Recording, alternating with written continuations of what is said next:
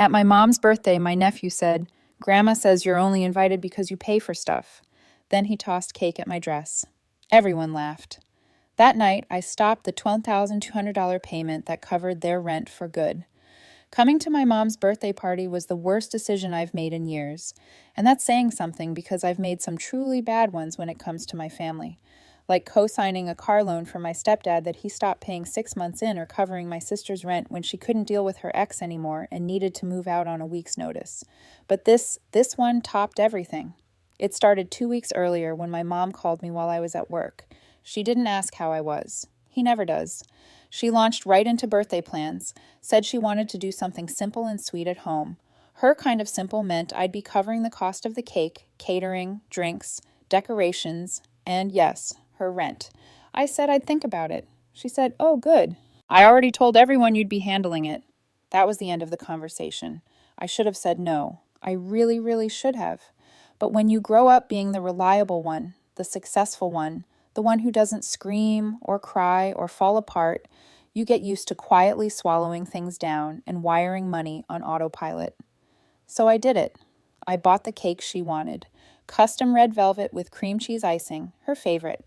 I ordered catering from the overpriced barbecue place she liked, paid for drinks, even booked a party rental for the folding chairs she insisted she didn't need until she called me 2 days before to say, actually, yes, she needed them. Then she hit me with the rent. $1,200. Just this month, sweetheart. I've had a rough patch. It was always just this month, except it never was. The day of the party, I put on a simple navy dress and pulled my hair up, hoping I could at least look put together, even if I felt like a walking doormat. The whole drive over my chest was tight. It wasn't anxiety, it was resentment, the kind that builds up so gradually you don't notice it until you're completely full of it. As soon as I pulled into the driveway, I knew I'd made a mistake. There were already way too many cars half parked on the lawn. The music was loud. The backyard looked like someone had thrown a kids' party in a junkyard, and my mom's voice was carrying across the yard, laughing loud enough for the neighbors to hear. I stepped out and saw Tara before she saw me. She was wearing some flowy white romper and platform sandals, standing near the cooler like she'd never heard the word budget. Her daughter Allie was with her, looking bored and irritated at the same time, which is kind of her default expression these days. No one greeted me. Not really. A few nods, a half-hearted "hey" from one of my cousins. I walked past a group of lawn chairs where my stepdad was already on his second or third beer, talking loudly about politics to a 15-year-old. I finally found my mom near the grill opening presents. She smiled big when she saw me, but not because I was there, because she spotted the gift bag in my hand. Inside was the tablet she'd been dropping not so subtle hints about for months. She opened it right there, acted surprised, then went off to show her friends how smart it was, like it was something she found at a yard sale instead of something I spent hours researching and paid full price for. I sat down at a table under one of those sun-faded umbrellas, mostly to catch my breath. I'd been there 15 minutes, hadn't gotten a thank you, and no one asked me how I was doing. Just as I started to consider sneaking out early, Ellie marched up with a giant slice of cake, red frosting, thick layers way too big for her tiny paper plate. She looked right at me and said, "Grandma says you're only invited because you pay for stuff." Then she threw the cake. It hit me square in the chest. Red frosting smeared across the front of my dress into the fabric. For a second, I just stood there stunned.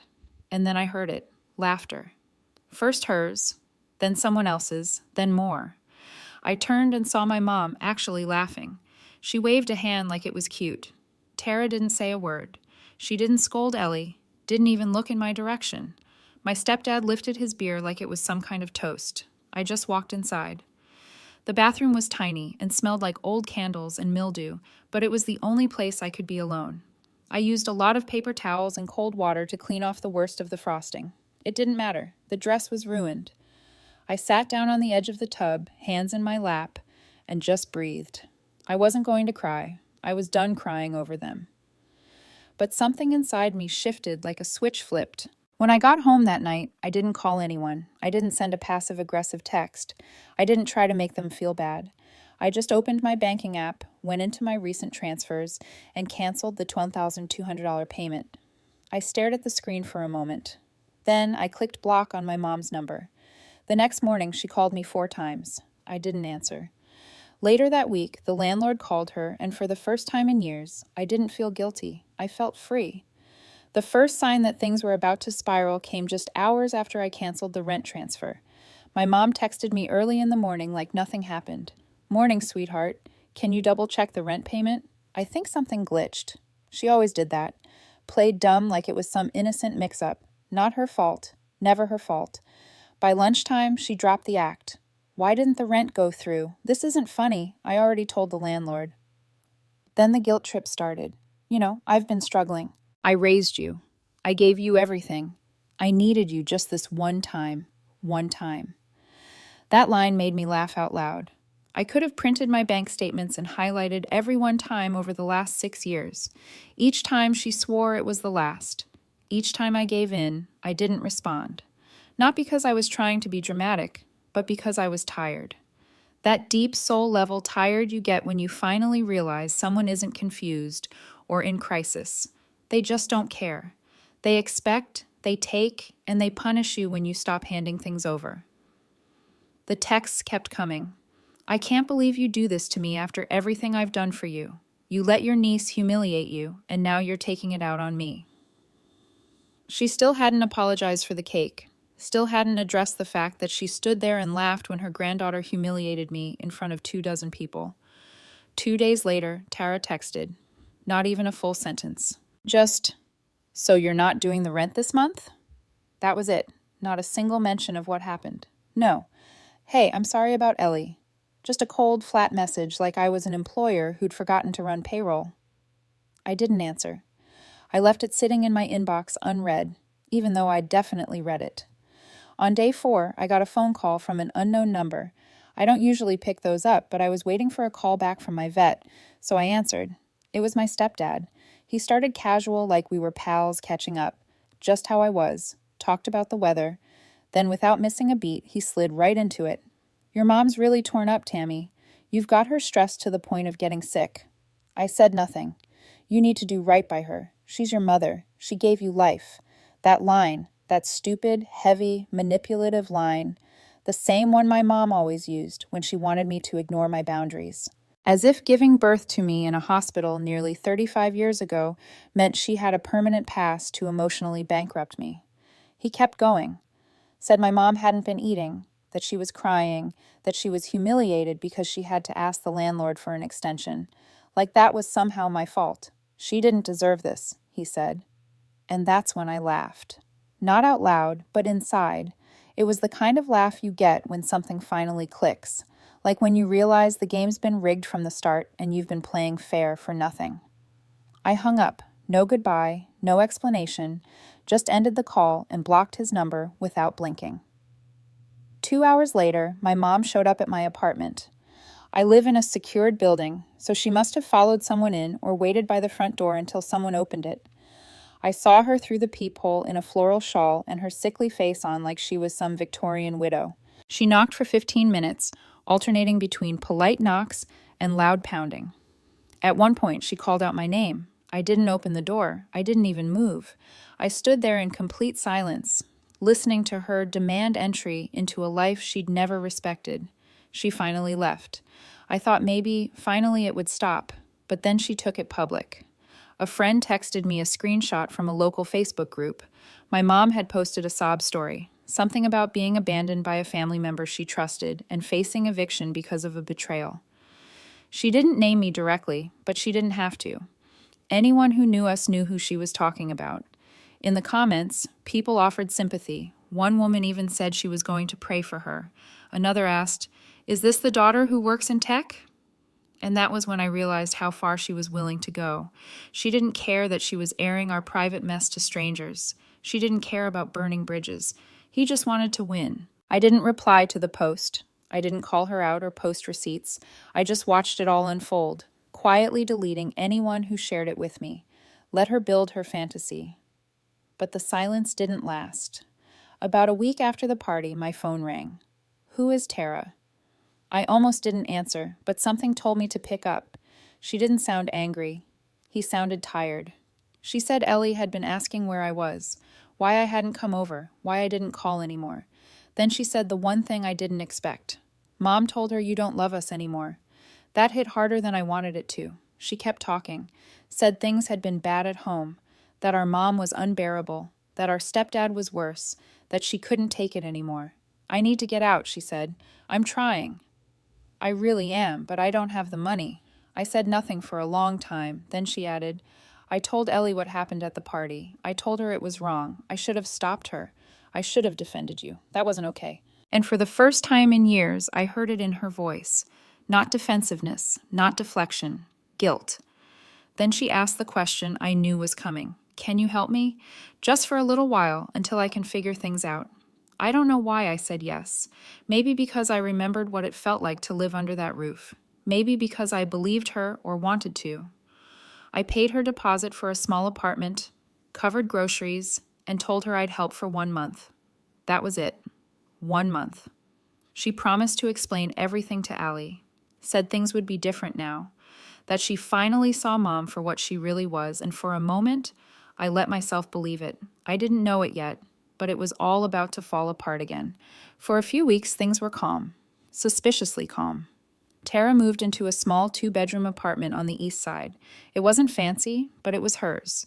When I helped her carry boxes in, she looked lighter, like she could finally breathe. Ellie seemed quieter than usual, shy around me, but polite. I didn't push it. I figured it would take time for her to warm up again after what happened at the party. Tara called every few days to give me updates. Mostly small things, like how she'd found a cheaper grocery store or that Ellie had started drawing again. She kept thanking me over and over until I told her to stop. I wasn't doing it for credit. I just wanted her to break the cycle, to have a chance at a normal life without Mom's drama poisoning every conversation. For the first time in years, I felt a little hope about my family. Then, about 3 weeks, and my mom found out. I don't know how. Maybe Tarara slipped up, or maybe Mom saw something on social media, but she called me out of nowhere, her voice dripping with fake sweetness. I'm just so proud of you for helping your sister, she said. You've always been such a giving soul. I said, how did you find out about that? She laughed and changed the subject. Said she was thinking of visiting Tara's new place to check in on the girls. That sentence made my stomach turn.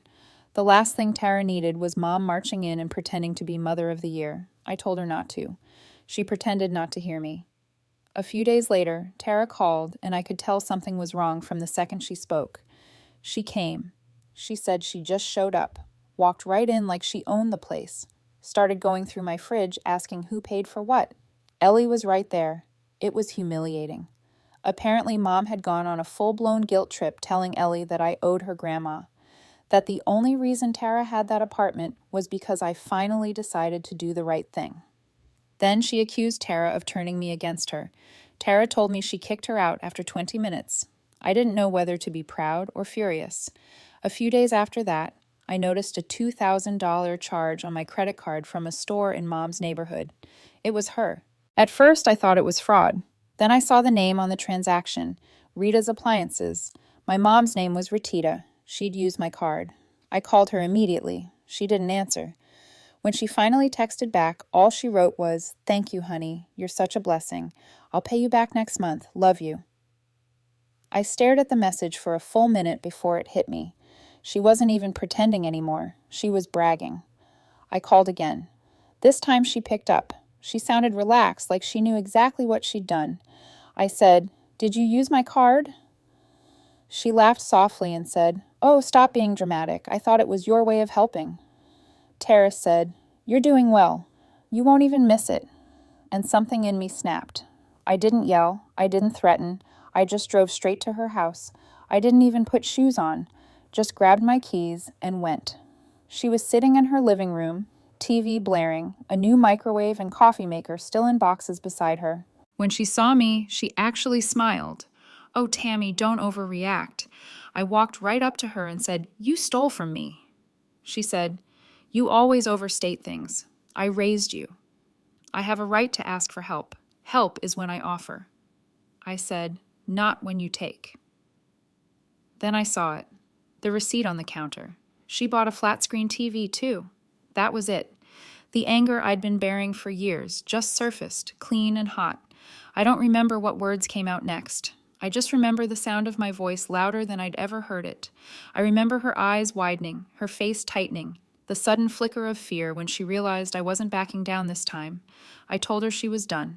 No more money, no more phone calls, no more guilt trips. She could beg someone else. She called me ungrateful, told me I was cursed to end up alone. I didn't answer. I just turned, walked to the door, and left her sitting there, surrounded by her shiny new things. Every one of them bought with my money. When I got home, I texted Tara. Mom used my card. I'm cutting her off for good. Tara replied instantly. She did what? Then I'll handle it. I didn't know what that meant yet, but whatever was about to happen, I knew it wasn't going to be quiet. The second I saw the charge on my phone, I knew what she'd done. It was only $1,142 this time from a gas station near her place, but it didn't matter. The amount was irrelevant. It was the fact that she did it again. Used a card she had no business touching. I'd already removed it from every shared account, locked it down, filed a fraud report on the $2,000 transaction the week before. Somehow she'd gotten it again. I still don't know how. Maybe she had it written down somewhere, or maybe she guessed the new numbers. But the fact she even tried, that's when I realized she didn't just take. He planned to take. This wasn't desperation. This was entitlement. I reported the charge, canceled the card for good, and had the bank issue a new one. This time under a different account entirely. Then I called Tara. She didn't even sound surprised. She's been walking around telling people you're helping her again, that you forgave her. She said you left her your card for emergencies. I was so furious I couldn't speak. It was beyond manipulation now. It was fraud, and she wasn't even hiding it. That night, I drove to her house again, not to talk, not to ask, not to reason. I just wanted it to end. When I got there, the porch light was on, and the boxes from her little shopping spree were still piled up in the living room.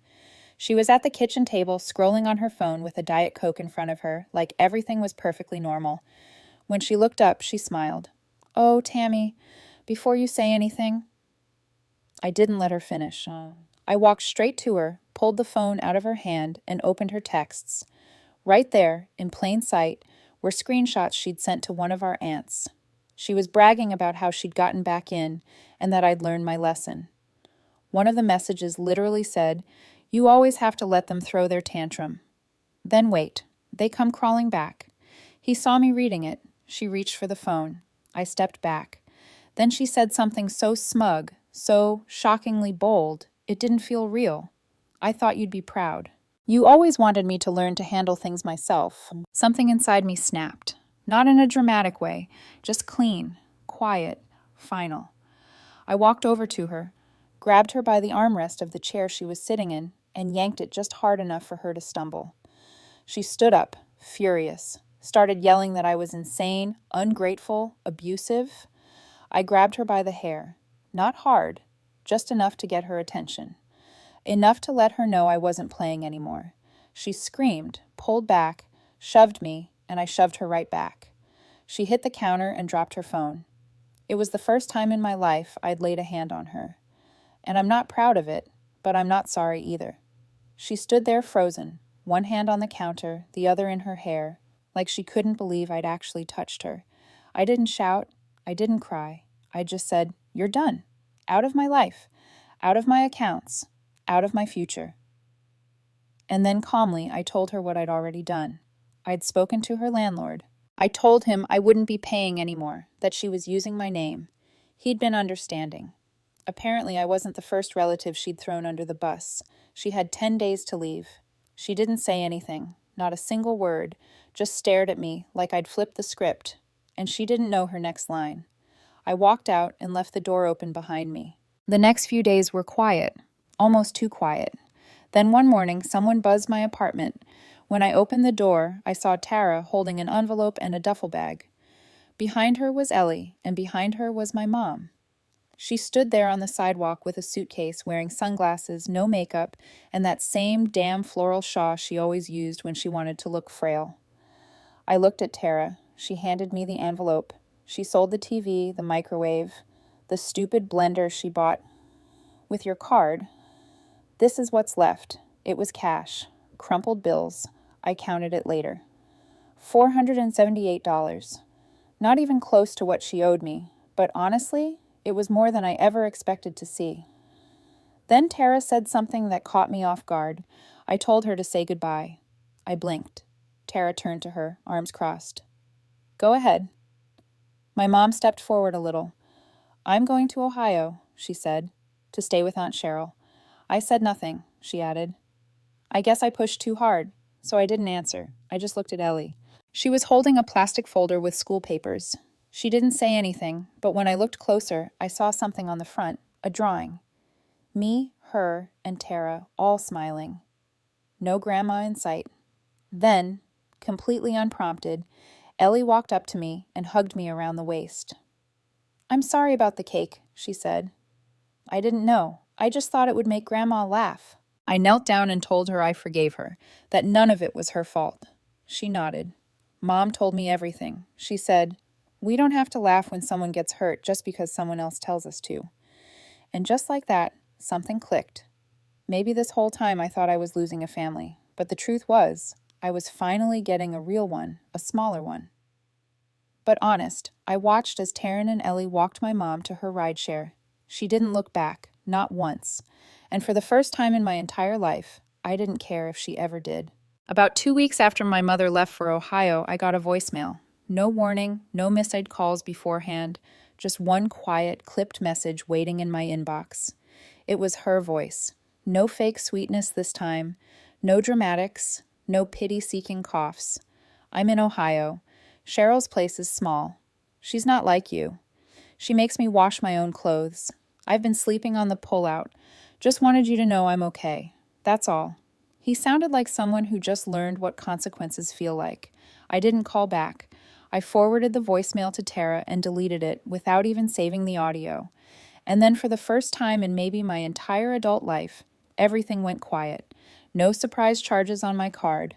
No guilt-trap texts, no cryptic status updates about betrayal or abandonment. It was eerie, like the calm after a hurricane, the kind of silence that makes you think maybe the storm circling back. Except this time, it didn't. Tara had gotten the hang of her job. Part-time admin work at a dental office. Not glamorous, but consistent. It was 5 blocks from Ellie's school, and she walked to work most mornings with a coffee she made herself. Not Starbucks, not something she begged me to Venmo her for. Real earned coffee. That alone made me weirdly emotional. She texted me on a Thursday night. Got my first full paycheck. Paid rent without asking for help. Feels weird. Good. Weird. I replied, proud of you, really. She texted back a single crying emoji, then also used part of it to buy Ellie real notebooks, not the dollar store ones. She was so excited. That hit me hard. I remembered the notebooks we used to have growing up, covers already peeling by October, pages thin enough to see through. A few days later, Tara invited me over for dinner. Ellie made spaghetti and insisted on setting the table by herself. She even folded the napkins into weird triangle shapes like she'd seen at some restaurant. Halfway there through dinner, Ellie got up, went to her backpack, and handed me a paper. It was a school drawing. 3 people holding hands with little hearts drawn above each one. Me, Tara, and Ellie. I smiled and said it was beautiful. She said, that's us now. I told my teacher, we're a triangle family because triangles are strong. Tara teared up at that. Quietly, didn't say anything for a while. Then she'd die. You know what Mom used to say to me when I cried? She asked. She used to say, tears don't fix rent. I nodded. I'd heard it too, probably more times than she had. She was wrong, Tarara said. Tears don't fix rent, but they fix people sometimes. I had to cry a lot before I realized how broken I was. She paused, fiddled with her fork. I used to think if I made her proud, she'd love me. That maybe I just wasn't doing enough. That maybe you were her favorite and I had to be louder, funnier, meatier, whatever it took. That silence that followed, heavy but necessary. Then she looked at me. I'm sorry I ever made you feel like the enemy. You weren't. You were just the only one strong enough to tell her no. I didn't cry, but I felt something in my throat that stayed stuck there for the rest of the night. Then came the shock. 3 days later, my mom came back unannounced. No call, no warning. Just showed up outside my apartment standing next to a rolling suitcase and holding a grocery bag filled with what looked like pills, receipts, and half-eaten snacks. I only saw her because she rang every single apartment until someone buzzed her in. When I opened the door, she didn't smile. She didn't cry. She just said, "Cheryl's kicking me out." Said, "I'm too much work." Said, "I drain people." She tried to step inside. I blocked the doorway with my body. "I'm not here to beg," she said. "I just want to talk. Just let me say something." I said nothing. "I thought you'd be proud of me for trying. But no matter what I do, you all just look at me like I'm a monster." Still nothing. Then she dropped the line she thought would break me, the same one she used when I was a teenager and she wanted to keep me under control. "You wouldn't have anything if it weren't for me. You wouldn't even exist." That was it, the final spark. I stepped out, shut the door behind me, and walked her back down the hall, suitcase dragging, her muttering all the way. At the building entrance, I handed her the envelope she left behind last time. I'd never opened it. Inside, it had the $478 she supposedly repaid me. She stared at it, then looked at me like I was dirt. "After everything I did," she started. "You used me," I said, "not just for money. You used my guilt, my kindness, my silence, and now you get nothing. Not my time, not my door, not my pity." She didn't say anything after that, just stood there while the automatic door slowly shut between us. It was surreal, like watching a movie where the villain doesn't die, but just becomes irrelevant. I went back upstairs, locked the door, and let out a breath that had been stuck in my lungs for 20 years. Later that night, I got a photo from Tara. It was Ellie holding a handmade card she'd colored with markers. "Thank you for helping my mom be a real mom." Below it, a drawing of me and Tara sitting on a couch holding mugs, Ellie on the floor in front of us with a book. No grandma, no chaos, just peace. It's been 5 months since my mother stood outside my apartment with a suitcase and a bag of junk looking for a way back in. And 5 months since I decided that the answer was no, for good. People say that when you go no contact with a parent, it feels like grief. They're right, in a way. But for me, it didn't feel like losing her. It felt like I stopped losing myself. Piece by piece over the years, she chipped away at who I was, what I wanted, what I thought I deserved. Cutting her off wasn't grief, it was recovery. The surprise wasn't how free I felt, it was how quickly peace settled in. No more alerts from my bank, no more sudden demands, no more guilt pretending to be love.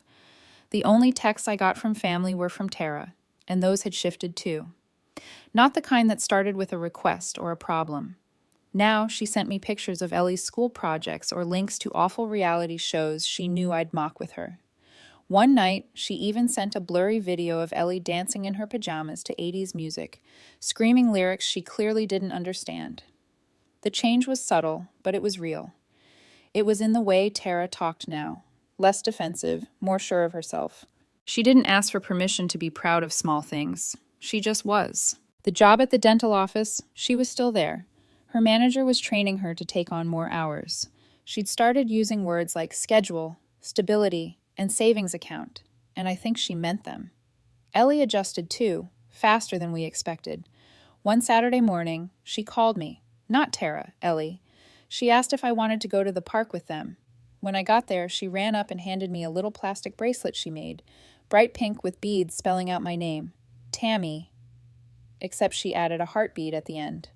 I asked what the heart was for. She said, "Because you're kind of my other mom now, not a step one, a bonus one, like dessert." That did something to me. Not tears, but a shift.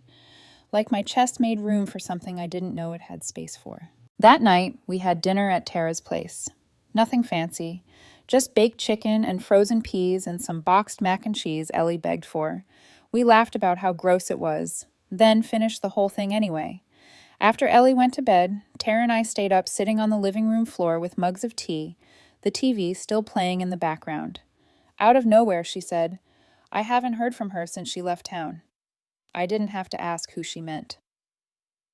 "She's been calling Aunt Cheryl," Tara added, "leaving voicemails. Cheryl won't answer. I think Mom figured out there's no one left."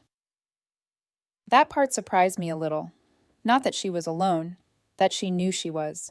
I always thought she'd just move on to the next person, but maybe she'd finally hit the end of the list. Tara kept talking. You think she even gets it now? That she finally sees what she did? I thought about it, then shook my head. She probably just thinks she pushed the wrong buttons. Not that the buttons were never hers to push. She nodded, quiet, then said, I think part of me still wanted her to call and say sorry, just once. But even that, I don't need it like I used to. That was the real moment. Not a dramatic fight or a breakdown or a line in the sand. Just two grown women sitting in a small apartment, realizing they no longer owed anyone the weight of being daughters to someone who never acted like a mother. A week later, Ellie's school had a family night. Crafts, music, snacks, the usual chaotic mix. They encouraged kids to bring anyone they considered family. When we walked in together, Ellie introduced me to her teacher as my mom's sister and my bonus grown-up. We made construction paper bookmarks at a sticky table, spilled juice on our shoes, and watched a performance of You Are My Sunshine so painfully off-key it was somehow perfect. Afterward, Tara handed me a folded-up piece of notebook paper. Ellie made you something. Inside was a drawing. Not crayon this time. Pencil and colored pens. The three of us were in it again, only now we weren't stick figures. There was more detail. Tara had glasses. I had curly hair. Ellie was holding both our hands. Above us, in shaky cursive, it said, We are our own kind of family. I taped it to the inside of my kitchen cabinet. It's still there now. I see it every morning when I reach for my coffee mug. And every morning it reminds me, you don't always get the family you're born with. Sometimes you build one, piece by painful piece, and it's better than anything you lost. It's quieter, stronger, realer. And for me, it finally feels like home.